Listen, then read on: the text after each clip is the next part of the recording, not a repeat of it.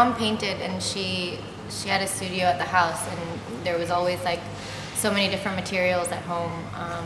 So I actually got to play with so many different materials even when I was younger as a kid.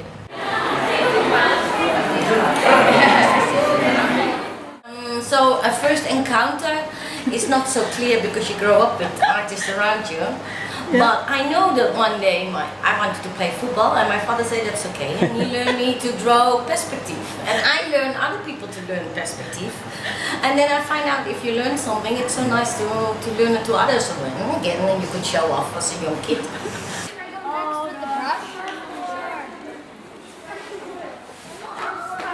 Mengenal charcoal pada waktu SMA. Saya sekolah SMA memang kejuruan seni rupa. Terus waktu itu ada mengikuti kelas drawing gitu dari teman seniman dari luar gitu, dan biasanya menggambar model. Jadi waktu itu saya pertama kali mencoba charcoal dalam menggambar model.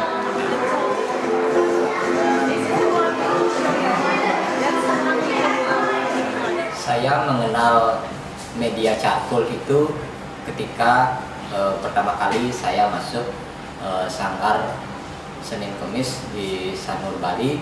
Sana adalah komunitas drawing yang media utamanya adalah charcoal dan kertas. My first encounter probably goes a long way back, honestly. It probably started like any curious child during their childhood. I picked up a piece of burnt wood, and then I play around with it. I messed around my neighborhood, and then I draw things. I guess that's when I kind of realized that piece of burnt wood was called charcoal. Saya di tahun 83 itu masuk di sekolah menengah seni rupa. Pertama kali saya mengenal charcoal untuk diterapkan dalam bidang kertas putih, akhirnya menghasilkan bentuk-bentuk gambar yang memang pada saat itu terkait dengan menggambar, di mana disediakan objek kemudian menjadi gambar yang sesuai dengan objek itu sendiri. Jadi tahun 83 itu menjadi awal pertama saya mengenal charcoal.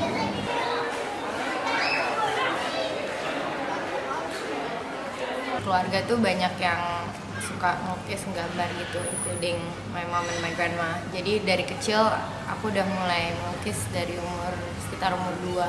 So I drew and painted since I was 2, and it just never changed sampai aku gede. It was like my way of expressing myself, my way of kayak proses lingkungan di sekitar aku, and it just kind of became something I depended on to understand myself. Amazing. My passion builds within time, and I spend most of my time drawing a lot of things and creating artworks, creating weird things. And I kind of realized probably when I was 16 or 17 that I want to pursue fine art studies and becoming an artist. Karena keterbatasan akses terhadap mainan-mainan konvensional, dalam artian keterbatasan untuk mengkonsumsi barang-barang itu gitu ya. Jadi saya lebih menikmati sensasi ketika membuat layang-layang bersama teman-teman. Sensasi-sensasi mencipta itu yang akhirnya membawa saya ke lebih tekun lagi, lebih serius lagi mendalami seni. I know when I was 16, I get a boyfriend. He wanted to be a lawyer, so I was thinking I will be a lawyer too. And my father said, yeah, why not? You know, something that makes money is maybe easier. But let's draw every first day. So I draw already every first day a dancing model. When I was 16, from till now, I never stopped. So then it's, you start to be good in something, and when you're good in it, it's most of the time nice to do. Ketika ada renovasi, misalnya renovasi tempat suci, saya selalu datang ke tempat suci itu ataupun di pura itu, di mana orang seniman lokal sedang melukis wayang. dan saya memperhatikan secara seksama gimana orang teknik melukis wayang dan sampai penyelesaian. Mungkin karena itu saya terinspirasi untuk menjadi seorang seniman yang bisa mengembangkan diri sesuai dengan hobi saya melukis. Sungguhnya saya menyadari bahwa saya punya talenta di bidang seni rupa saat guru SD saya ketika itu kelas 4 memberikan tugas untuk membuat lukisan, dan ketika saya tunjukkan ke guru saya dibilang pembohong karena pasti dibuatin orang dewasa gitu. Jadi berarti karya saya ini bagus ya, artinya dia tidak percaya kalau saya anak kecil ini bisa melukis dengan kemampuan seperti orang dewasa. Dari situ itu memicu saya untuk terus melakukan kegiatan di bidang seni rupa.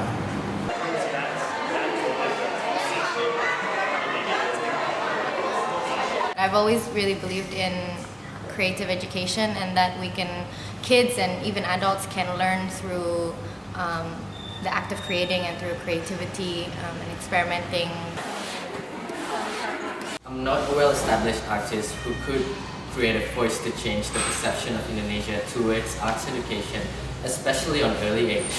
Knowing that there are people and galleries that working towards this movement and change really motivates me to contribute my little voice and hope towards arts education. Ya, saya banyak belajar dari anak-anak dan partisipan dalam setiap workshop yang saya lakukan, terutama ketika sekarang diberikan kesempatan untuk menggunakan arang yang saya tahu sendiri mungkin itu bagian dari upcycle dari material sisa-sisa material kayu. Juga saya menikmati dalam setiap proses itu perilaku anak-anak dalam berinteraksi dan membuat atau berkarya itu sangat unik, dan ya itu juga menjadi satu poin dalam setiap workshop yang saya buat. I liked the idea, first of all, what you had with your charcoal that comes from leftover woods.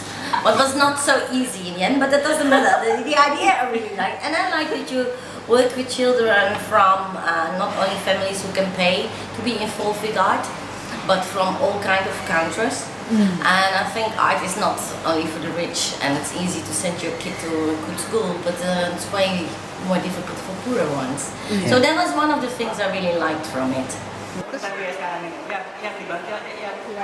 Sangat bangga sekali dan senang sekali bisa ikut terlibat dalam program ini, di mana saya ingin sekali membantu ataupun membagikan ilmu saya kepada teman-teman kecil yang ingin berekspresi di dalam karya seni, karena mengingat pengalaman kecil saya juga banyak dibantu oleh seniman-seniman lokal untuk pengembangan diri saya. 5 tahun belakangan saya intens membuat metode pendekatan seni kepada publik. Jadi ada 3 metode pendekatan seni pada publik ini saya tawarkan ke publik, dan kemudian salah satunya adalah drawing a novel, di mana saya drawing di novel ini memakai charcoal. Dan saya memakai charcoal di novel ini justru karena eksplorasi sekian tahun dengan medium yang lain, dan charcoal ini paling pas untuk di novel dengan kertas yang coklat, kemudian tekstur yang bagus, kemudian ada font objek yang jelas itu dipertimbangkan oleh percetakan. Nah, ini memang drawing novel ini pertarungan saya udah hampir 7 tahun yang lalu, dan di S2 saya juga pakai itu sebagai karya pertarungan saya. Dan ketika ditawarkan pada event proses ini, ya jelas saya justru riang karena saya bisa memperkenalkan metode saya ini kepada anak-anak.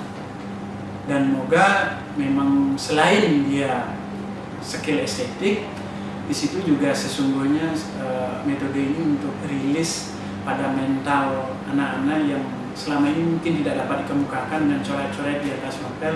Tentu kita akan bisa memahami apa yang dimaui oleh anak-anak. We asked about what their response to charcoal is, yeah. So it's been great to see different artworks coming up from different artists. Yeah, charcoal is a medium to show what you are feeling, and so I let them see what is dark and light. So we went in a small space where it's just a simple ball and we put the light on it, and then they can experience what is light, because without light we don't see anything. Then to translate it with a charcoal, then you can rethink if you understand it. But later on you see when they draw, that's the whole thing. When you see, you know a lot, but when they take the brain over, they're going to make what they think. So with the portraits, they only saw one eye, half of the face, and for sure they need suddenly to make two eyes. So then the brain takes over, because what you really see in the light was only one eye.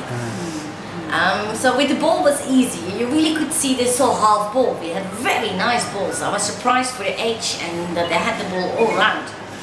But with the portraits, then yeah, you want to make a face, you want to make an expression, and then it's not looking anymore. So with the workshop, I introduced the kids to a lot of different tools yang biasanya not conventionally used for painting. Jadi alat-alat rumah tangga, for example, brooms and bamboo sticks and window wipers and mops and sponges. Jadi what I wanted to encourage is kind of break the ice for the kids untuk nggak terlalu mikir mau buat apa, tapi reacting upon the tools yang mereka nggak biasa pakai. Jadi even for adults juga, so not as much thinking about the result, tapi benar-benar consumed in the process of making and consumed in the act of creating itself. Jadi it's about like reacting and responding through experiment, trial and error. Jadi anak-anaknya bisa benar-benar feel out their own judgments and their own experiments through the charcoal and the liquid charcoal dengan menggunakan alat-alat yang aneh-aneh gitu. Jadi saya mendorong potensi dari charcoal itu ketika dia dirubah menjadi misalkan bubuk atau menjadi cair, bisa dikombinasikan dengan teknik membuat visual lainnya, yaitu saya coba kombinasikan dengan teknik cetak saring ya, yang ternyata dari bahan charcoal itu sendiri bisa digunakan untuk mencetak gambar. Efek charcoal itu ya sangat menyenangkan dan sangat fun untuk anak-anak, karena mereka juga bisa menggunakan tangan mereka untuk menghitamkan kertasnya, dan mereka juga bisa coret-coret, jadi mereka dengan cepat bisa menemukan efek yang mereka inginkan. Kemudian cara memakainya pun, charcoal ini dia bisa dipakai berdiri, sudah itu tiduran, maksudnya charcoalnya bisa digerak-gerakkan seperti penari balet gitu. Jadi karena dengan digerakkan berbeda-beda akan menghasilkan ekspresi tekstur yang berbeda-beda, dan ini bisa dipakai untuk membangun keinginan ataupun ide-ide yang tadinya ada di pikiran ataupun di intuisi. So I created a few exercises with three main methods: dry, wet, and mixed media. On the dry media class, it was a way for the children to get used to what charcoal naturally used. And then on the wet media, I kind of showed them how to make an ink out of charcoal and teaching them how it behaves as a wet medium. Lastly, I created a space where the children can express themselves with the methods they were taught before in the dry media and the wet media, and then they applied on a piece of MDF4 that are attached to a wall on the floors, like the room that you're seeing right now. To put it simply, it's a canvas disguised as playroom.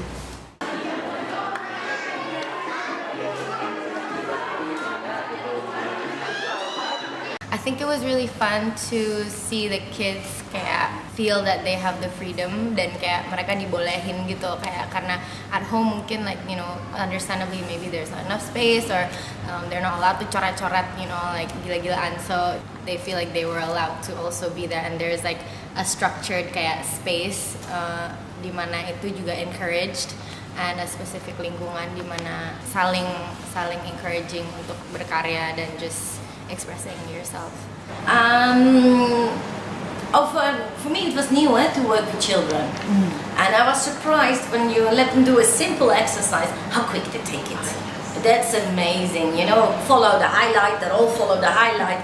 And even kids, you know, they were so young and they were complaining that they were in this gallery more highlights. So suddenly it was like, oh yeah, there's light from the side, there's light from the top, so we could talk about more highlights. That's the young children way quicker. I find children really unpredictable. Like one way or another, we teach them what we're shown before, and teach them how to draw, and another minute they're already like finding another way to create marks with some drawings that we haven't taught before. Kebetulan anak-anak di sini banyakkan bule, jadi karena di situ kita bisa membaca bagaimana mereka memiliki ekspresi yang lebih lugas gitu, ketimbang anak-anak kita di sini gitu. Mereka tidak tanggung-tanggung, tidak takut salah, tidak takut, tidak nervous, jadi mereka lebih liar gitu. Dan itu yang sebetulnya saya harapkan. Jadi di bidang drawing novel ini, di novel ini, anak-anak sebaiknya memang bahkan apa yang nggak pernah dikemukakan kepada orang tua, kepada siapa, di situ mereka bisa mengemukakan seperti catatan harian. Nah, kemarin saya cukup gembira karena anak-anak bule ini bisa menstimulan anak-anak yang lain untuk menjadi lebih percaya diri dalam mengemukakan, mengekspresikan gagasan-gagasan, dan itu sangat menarik, saling mengisi, dan itu ada interaksi sosial sesungguhnya. Mereka sangat senang sekali menggunakan media charcoal ini dan sangat menikmati kebebasan mereka untuk mengekspresikan apa yang mereka inginkan, dan mereka juga bisa dengan berkumpul bersama-sama mereka menjadi lebih terpacu untuk berkarya. Yang kita coba terapkan kan kemarin bukan tutorial, tetapi lebih kepada menciptakan suasana dalam sebuah event itu untuk mereka bisa mengekspresikan dengan cara mereka masing-masing. Tetapi yang paling penting adalah pengalaman apa yang bisa mereka bawa pulang.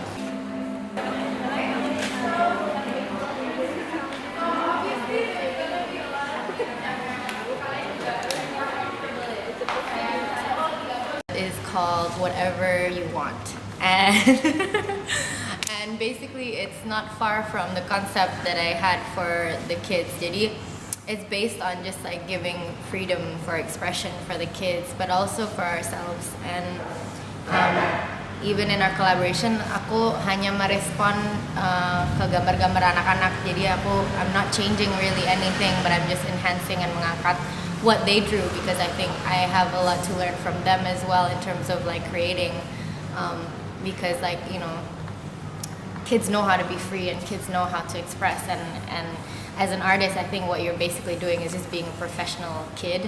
Karya ini berjudul Merangkai Ruang.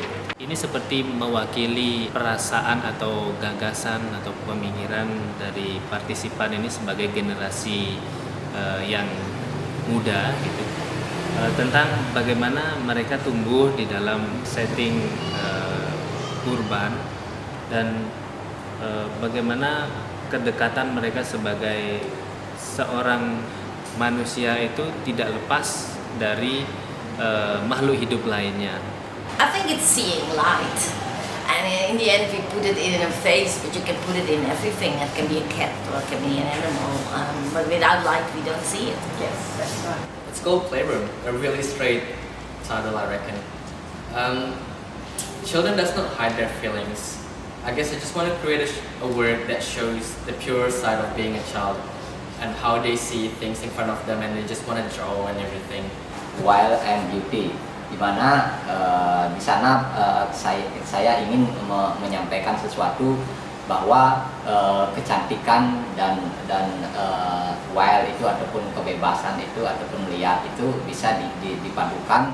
Mereka merespon apa yang saya tawarkan, dan kemudian apa yang saya bayangkan terjadi juga. Mereka nggak terlalu banyak coret-coret di situ, ketimbang banyak dia dikasih kertas yang masih putih, mereka akan bebas. Tapi di sini karena sudah ada warna, mereka akan seperti melakukan semacam respon sedikit kemudian selesai gitu, tidak menghancurkan warna itu. Warna itu justru dipakai oleh dia untuk apa yang cocok di sini gitu kan. Seperti ada respon di situ. Nah, itu terjadi dalam karya ini, dan saya bisa simpulkan betapa kekuatan warna itu mendriver si anak untuk, nih saya perlu 1 coretan atau 2 coretan dari kamu, nggak usah banyak-banyak. Nah, itu seperti ada percakapan seperti itu, dan itu terjadi dalam kolaborasi ini. Dan ini saya kasih judul kan terminal charcoal on color. Everyone have fun?